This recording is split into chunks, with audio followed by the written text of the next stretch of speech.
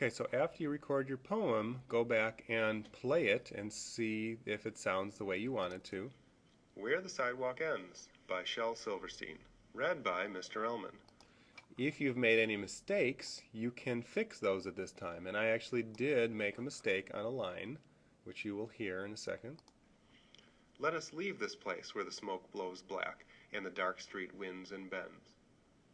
And the dark street winds and bends. Okay, so I pronounced a word wrong. And I can see in this editing part of GarageBand down here, I can see the sound waves, where there's sound and where there isn't sound, so I can actually tell where I made the mistake. If you don't have this showing, it's the scissors button down here in the left corner. So I could move this playhead back to before I made the error. And the dark street winds and bends. And then I can cut out the bad part.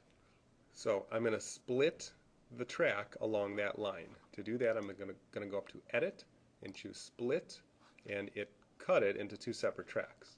Now I'm going to move it to the end where I want to cut it again and do Edit, Split. Then notice it's all purple right now, which means it's all selected. I want to click off of it so nothing's selected. Then I want to click back so just this part is selected that I want to erase, and I'm going to press Delete on my keyboard. Now I can push this back together and back it up a little and play it. On your keyboard, by the way, the space bar is also a play and pause button. Let us leave this place where the smoke blows black, and the dark street winds and bends. Okay, so it's just like it never even happened. Now the next part, part 2 in your directions, tells you how to add background sound. You're going to click on the Loop Browser button in the lower right corner of the window. It looks like an eyeball right here. When I click on that, I'm going to see some different categories of sounds. I have sound effects, which are really just short, well, they're like background sounds. You can press it once to play it, press it again to stop it. Stingers are very sudden attention getters. What we want to use, however, are the jingles. Step 17 in your directions, choose jingles. These are short songs. And so what you can do is just start playing them and try to find one that you think matches the mood of your poem.